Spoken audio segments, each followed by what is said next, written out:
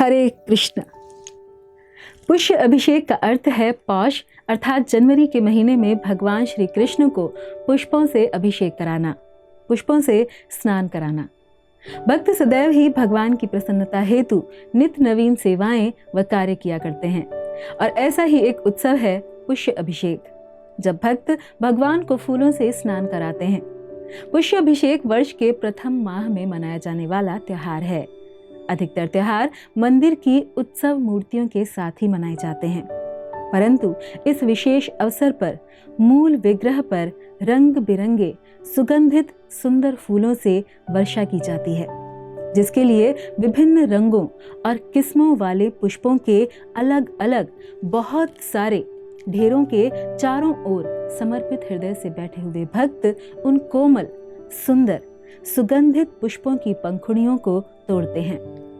इस दिन भगवान को उत्कृष्ट पुष्पों की ही पोशाक पहनाई जाती है और उनका ही श्रृंगार किया जाता है। यूं तो पुष्पों से भगवान व मंदिर को अलंकृत करते समय ही चारों ओर उत्सवी भाव होता है, लेकिन वास्तविक दृश्य तो संध्या के बाद शुरू होता है। मधुर कीर्तन के साथ भगवान का यह विशेष अभिषेक 1 घंटे तक चलता है और ज्यों-ज्यों भांति भांति के रंग बिरंगे फूलों की वर्षा भगवान पर होती है, उन्हें देखकर भाव विभोर हुए भक्तों के मुखमंडल पर उत्पन्न आनंद भी देखने लायक ही होता है।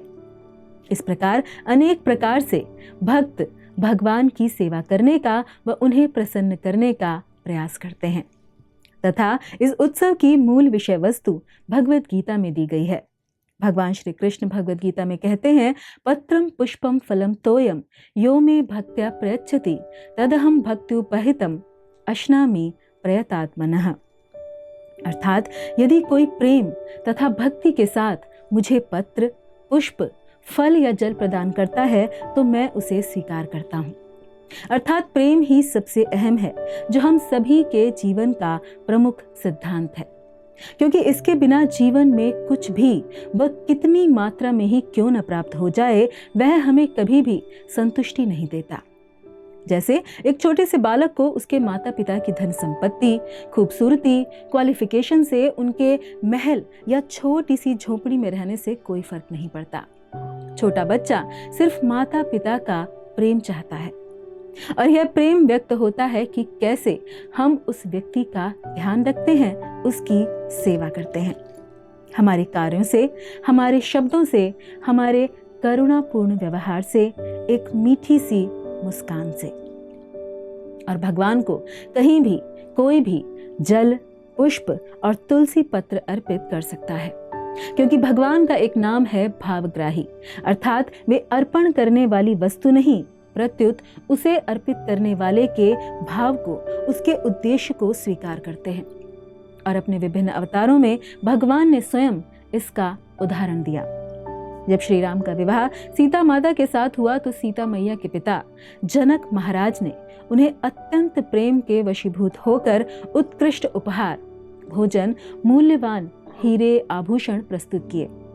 जो भी एक राजा की क्षमता में वह श्रेष्ठ कर सकते थे, उन्होंने श्री राम को भेंट किया तथा भगवान ने उन्हें प्रेम पूर्वक स्वीकार भी किया। और आगे कुछ समय बाद वनवास में सीता मैया के अपहरण के पश्चात जब श्री राम उन्हें खोजते हुए पंपा सरोवर के निकट पहुंचते हैं, तो वहां एक गुफा में एक वृद्ध स्त्री रहती थी, जो अशिक्षित थी, निर्धन थी और शूद्र जाति की थी। कोई उसके बारे में कुछ जानता नहीं था। वह अकेले वहां रहती थी, क्योंकि उनके गुरु मतंग ऋषि ने उनसे कहा था कि परम पुरुषोत्तम भगवान श्री राम का अवतार लेकर यहाँ आएंगे और तब तुम उनकी सेवा करना। इसलिए अनेकों वर्षों तक शबरी ने उस जंगल में अकेले श्री राम के आने की प्रतीक्षा की, क्योंकि उन्हें अपने गुरु के वचनों में पूर्ण श्रद्धा और विश्वास था। और इस प्रकार भगवान के दर्शन करने की दिव्य लालसा व प्रतीक्षा में वे इतना डूब गईं कि सदैव निरंतर भगवान के दिव्य नामों का जप करते हुए पूरी तरह से शुद्ध हो गईं। और तब भगवान आए वहां पर केवल उनके प्रेम को स्वीकार करने। और शबरी के पास भौतिक रूप से कुछ भी ऐश्वर्य नहीं था, उन्होंने भगवान को बेर अर्पित किए, जो कभी कड़वे होते और कभी मीठे। इसलिए भगवान को देने के पहले वह उन्हें चख रही थी। यद्यपि भगवान को जब भोग लगाया जाता है तो उसे सूंघना भी नहीं चाहिए, परंतु शबरी वह तो बस भगवान को मीठे बेर देना चाहती थी, उन्हें प्रसन्न करना चाहती थी, उनकी सेवा करना चाहती थी। और श्री राम ने उन्हें स्वीकार किया और उसका उसी भांति आनंद लिया जैसे उन्होंने जनक महाराज द्वारा प्रदत्त महान ऐश्वर्यों का, अमूल्य हीरे मोतियों का, उत्कृष्ट उपहारों का आनंद उठाया था। तो यहाँ पर भगवान ये बताना चाहते हैं कि पूर्ण रूप से ऐश्वर्यशाली होना, धनवान होना कोई अयोग्यता नहीं। वह भौतिक रूप से निर्धन होना, अक्षम होना भी कोई अयोग्यता नहीं। भगवान को प्रसन्न करने में केवल एक अयोग्यता है और वो है प्रेम का अभाव, इच्छा का, प्रयोजन का, उद्देश्य का अभाव। भगवान को प्रसन्न करने की केवल एक योग्यता है और वह है भक्ति, प्रेम। एक और ऐसा उदाहरण रामायण से ही, जब हनुमान जी समुद्र पर पुल बनाने में उत्साह से जुटे थे, तभी उन्होंने देखा कि एक मकड़ी भी उसकी योग्यता के अनुसार उसकी पूरी सामर्थ्य में, उसकी पूरी क्षमता में सेतु निर्माण में सहयोग कर रही थी, एक एक कण को ढो रही थी, जबकि हनुमान जी बड़ी बड़ी शिलाओं को, पहाड़ों को चुटकी में उठा लेते। जब भगवान श्री राम ने यह देखा तो उन्होंने हनुमान जी के बराबर ही उस मकड़ी की प्रशंसा की। उन्होंने कहा कि हनुमान, तुम तुम्हारी क्षमता में श्रेष्ठ कर रहे हो और ये मकड़ी उसकी योग्यता में, उसकी क्षमता में सर्वोच्च सेवा प्रदान कर रही है। अर्थात पुनः भगवान ये सिद्ध करते हैं कि उनके लिए पहाड़ को उठाने या रेत के एक छोटे से मामूली से कण को उठाने में कोई अंतर नहीं। भगवान को प्रभावित करता है भक्ति में सही उद्देश्य से गंभीरता पूर्वक पूर्ण मनोयोग व क्षमता में की गई सेवा। तो ऐश्वर्यशाली होना, धनवान होना असली योग्यता नहीं। असली धन, असली योग्यता है भक्ति।